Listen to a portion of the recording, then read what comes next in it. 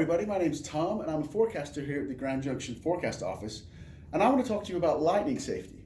Now, one of the big slogans that we have here at the National Weather Service is "When thunder roars, go indoors," and I'd like to talk about that for the next few minutes.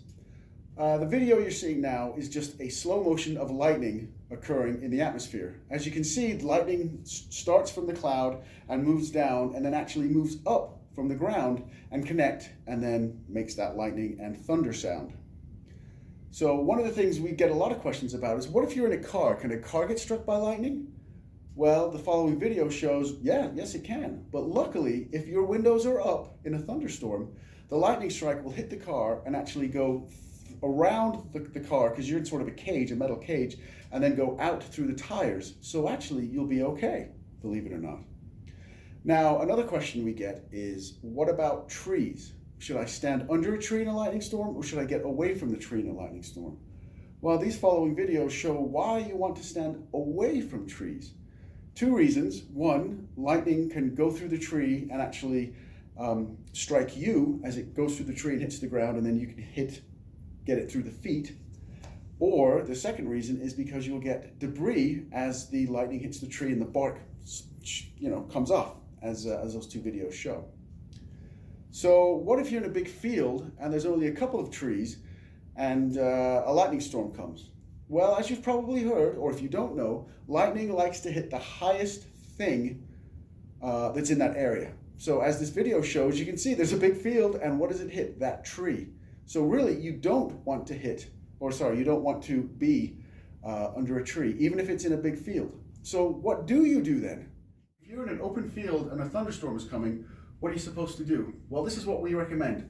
You don't want lightning to come and hit you, so you want a very small area touching the ground. So we suggest you just kind of curl up into a ball and actually lean forward if you can, and just stay on your toes and then cover your head. So when lightning comes, it'll have a very, very small area to touch. So that's what we suggest. So really, the best place to be during a thunderstorm is inside. Thus our saying, "When thunder roars, go indoors." And I hope you use these tips that we've given you, and have a good day.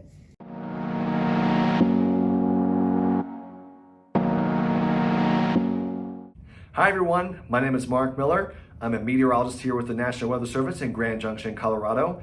Today I'm going to be talking to you about tornado safety. Now you may be thinking, tornadoes? We live in the mountains. Do you really expect to see tornadoes out here? Well, the answer to that question is yes. In fact, the strongest tornado ever recorded west of the Continental Divide occurred in the Teton Mountains at Yellowstone National Park in 1987.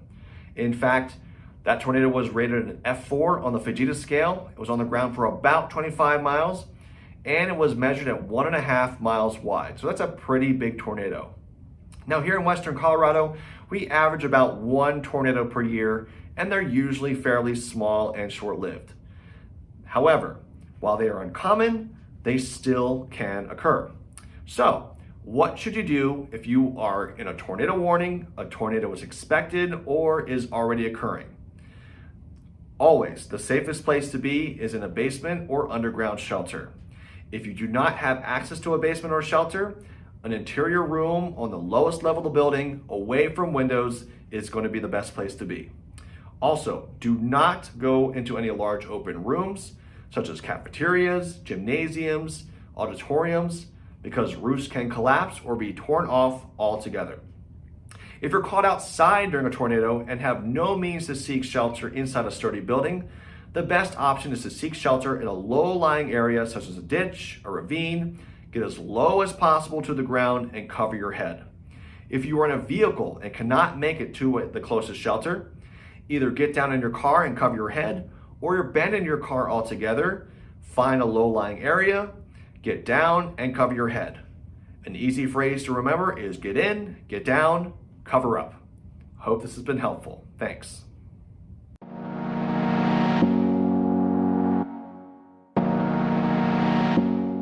Hello everyone, my name is Brianna Bilo, and today I'm going to be talking to you about flash flood safety.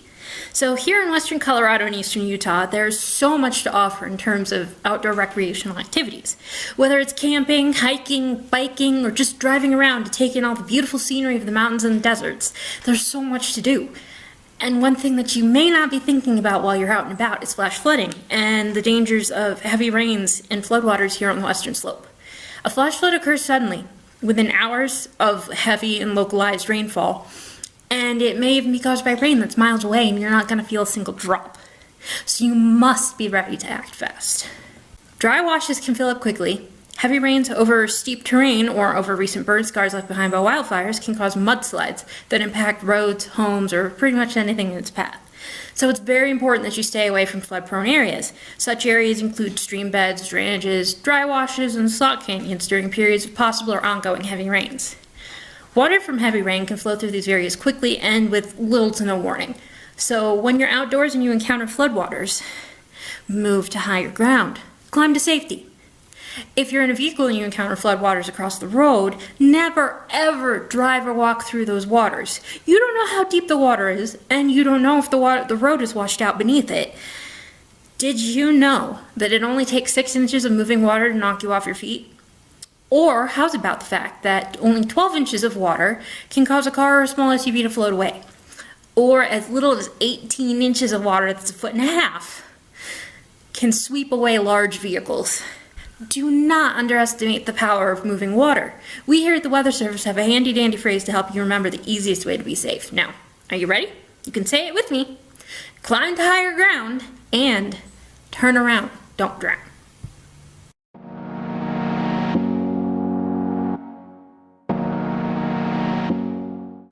Oh man, it's cold outside. Do you know how to stay safe when it's snowing or cold outside? Hi, my name is Matthew Alexa, and I'm a meteorologist at the National Weather Service office in Grand Junction, Colorado, and I'm going to be talking to you a bit about winter weather safety. It's important to stay indoors during winter storms and dress warmly. If you happen to be outdoors though, make sure you wear layers of clothing and watch out for signs of hypothermia or frostbite. So what is the difference between hypothermia and frostbite, you might ask? Well, hypothermia is dangerously low body temperature, whereas frostbite is the freezing of the skin and the body tissue underneath it. Do you know how you can tell if you have hypothermia or frostbite? Well, if you start to get frostbite, you will lose feeling at the affected area and your skin will turn white or pale. Some warning signs of hypothermia include uncontrollable shivering, memory loss, disorientation, slurred speech, and drowsiness. Seek medical attention immediately if you experience hypothermia, which usually results in wet clothing when you're out in the cold. So it's important to stay dry and to wear insulated boots, waterproof, and make sure all parts of your body are covered when outdoors in the cold. So if you're traveling during the winter with your family or friends, and check the forecast and have a plan in place. Why? Well, you never know when you will encounter a road closure because of winter weather or due to snow. Some essential items to have in your vehicle before you go are warm clothes, a hat, gloves, blankets, flashlight, snow shovel and brush, water and some snacks, a cell phone charger, first aid kit, jumper cables, a spare tire, sand, or kitty litter. That's right, I said kitty litter. It provides traction for your car in case you get stuck in the ice or the snow, so you can get out. Another catchy phrase to remember is, when it snows, take it slow. Traveling in heavy snow is not worth the risk. If you don't have to travel in the snow, don't. Following these recommendations could save your life and the lives of others.